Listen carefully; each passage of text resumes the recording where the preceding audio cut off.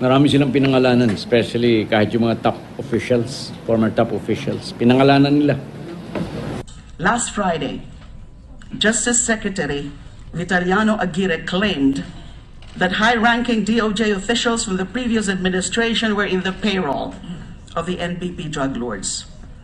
Secretary Aguirre did not mention any name or my name, but going by the previous statements of the Solicitor General and the Speaker, one does not have to be a genius to guess who he is referring to. Tumabot talaga. Sa DOJ? Yes. Talagang mataas. Mas mataas pa. I don't want to name names kasi siyempre it's unfair to them. But we are going to come out with the results of the ongoing investigation. Nakita naman ninyo that kung ganun kaluwag ang treatment natin sa mga high-profile inmates.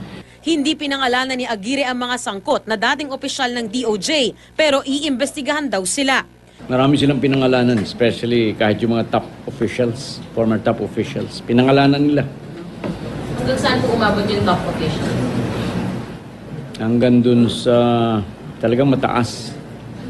But with respect to General Renier Cruz, parang hindi naman siya kasama, but wala na rin siyang magawa. Kasi talagang kasapakat na nung matataas na opisyal yung lahat ng mga personnel sa NBP.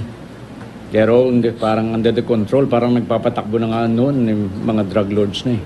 Sino specifically, sir, sa mga drug lords? Lahat na sila?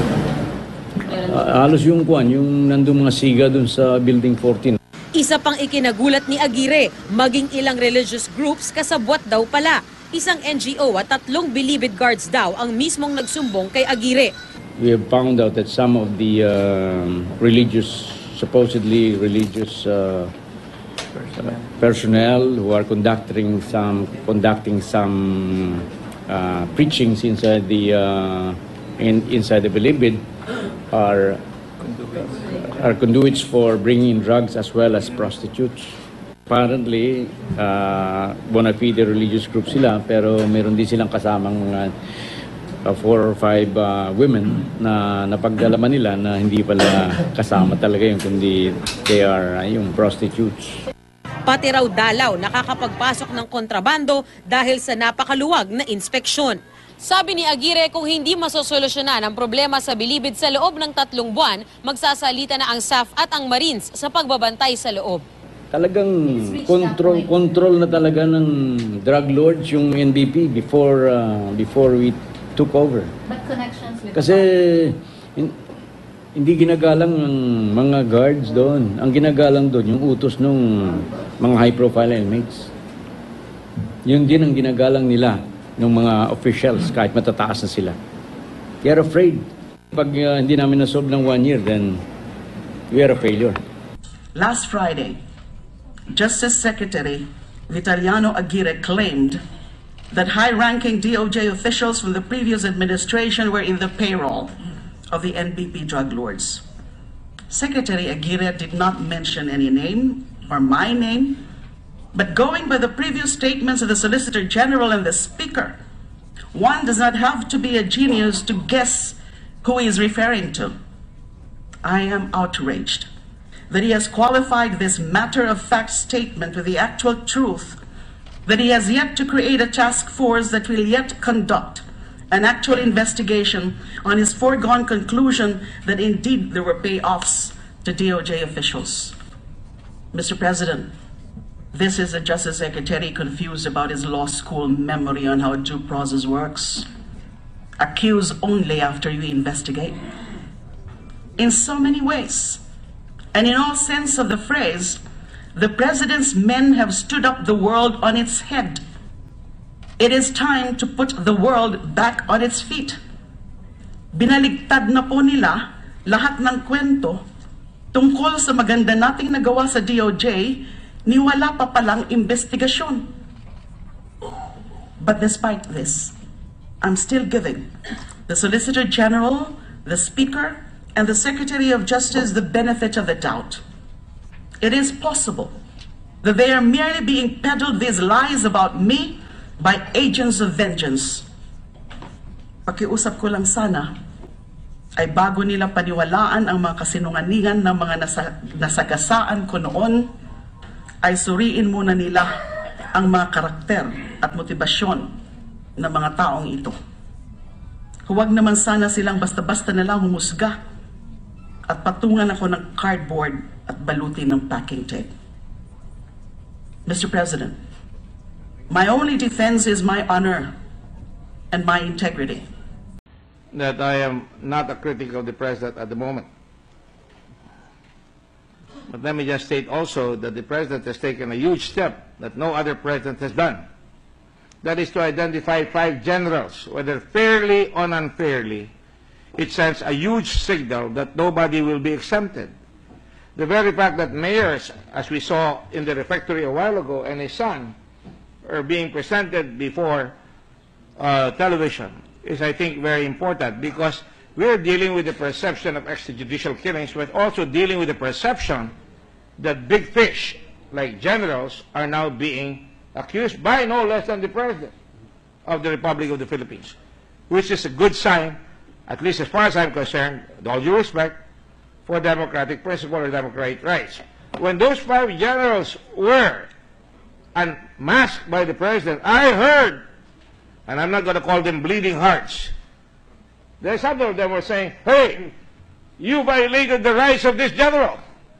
My God, you know, I authored the plebs as a mayor, and I said policemen have an extraordinary amount of power under the social contract theory. We provide you with firearms, and when you use those firearms against the citizenry, we have the right administratively to have you suspended, even expelled, and pending appeal, you lose your job. In the same manner that you quoted chapter and verse the Georgian president who removed all the policemen and told them to perform their duties so that they can come back. And that is the point that I'd like to make. There is an effort, lest I be misunderstood right now, to address that problem, and the president has caught. I mean, many of us want to be president of this country. In this, they say there are 24 presidents here in this chamber. I'm sure that is not far from the truth. And I will not be a hypocrite, but I can tell you that as far as I'm concerned, when the President of the Republic unmasks 5 top generals and say, I'm laying it on the line, and 2 of them are going to be charged according to the National Police Commission, and I hope it goes on, that will be a great day in this country, and I'm pretty sure that nobody, including congressmen, senators, or even cabinet members, or governors and mayors who are involved with drugs, will be able to sleep nights, because now people will know that it has been done to the big guys, and therefore it's a time for the poor to have their day in court and to get justice. Thank you very much. Certain members of the administration are saying, hindi dapat ito unahin na Senate na investigasyon. That doesn't mean it's an attack on the Senate. It is freedom of speech. It is simply saying, sa laki ng problema at dami ng problema, siguro, i-monitor natin, oversight sa human rights, pero in the same manner that our colleague is appealing, listen first, investigate first before judging her. Let me make the same appeal for our president, but actually he doesn't need it. Let me make the same appeal for the PO1s of this country. Those who are making 15,000 pesos only when the cost of living is 25,000 to 35,000 in our major cities. Those PO1s who we tell, hulihin mo ang pusher. Those PO1s who we tell na pag may barel, labas mo rin baril mo, barilin mo rin. Those PO1s who sometimes come home in a casket, or kung hindi man sa casket in the old administrations, not just the Aquino administration, in many administrations, would come home, nilabanan ang sindikato, anong baon nila pag-uwi? Suspension. At sasabihin sa asawa, wala silang gagawin.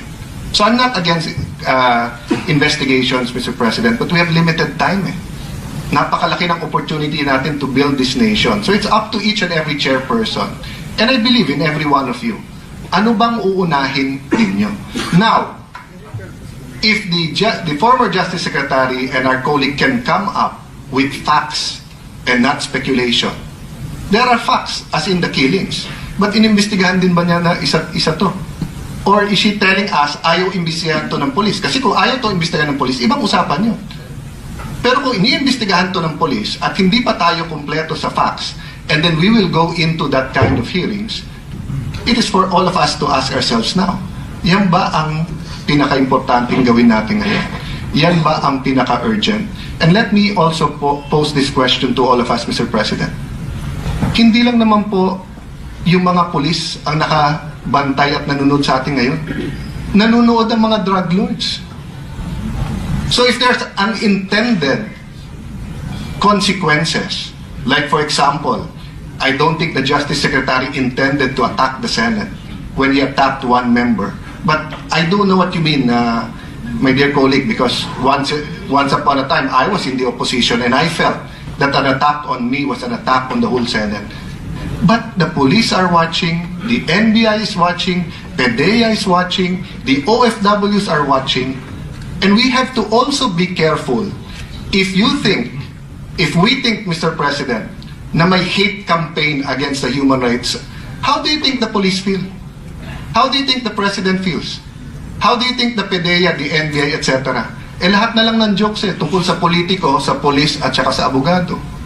Lahat ng masasamang jokes. They're the butt of jokes. We're the butt of jokes. We have all the power and resources for image building, Mr. President. The police does not have this. So let me end there, Mr. President, and while welcoming our colleague and committing to her that we will not allow anyone to attack the Senate or destroy the Senate or to stop any senator from conducting their investigation or attending an investigation. It is also left up to us to decide what is most important, how we use our time, and it is up to us to make sure na yung unintended consequence of telling the police, tumigil-tigil muna kayo. Wala pa akong nangyayari. Lastly, Mr. President, naunahan na nga tayo ng Malacanang Many of our colleagues here, which both of us talked to during the last 3 months, have told us, Senator Soto, Senator Recto, Senator Gordon, many of you have proposed rehab centers. You predicted. The President continues to be amazed that more than 100,000 people are surrendering. Ang problema, anong gagawin mo sa mga nagsusurrender? Mga to, yung iba user lang, yung iba addict. Yung addict, pagka walang pupuntahan, babalik at babalik kahanap ng droga. Ang problema, Mr. President, kung hindi ako nagkakamali, shabu is now 200 to 400% more expensive than it was a month ago. In some places, it's 1,000% more expensive, which is good news in the sense that many people will stop and cannot have money, but it's also bad news because the addicts who are violent will rob, will steal, will try to get money to feed their habit. That's why the rehab centers are also urgent. So these are the points that I'd like to attach to the speech of our colleague. Yes, let's stand up for human rights. Yes, let us not allow any unjustified killings.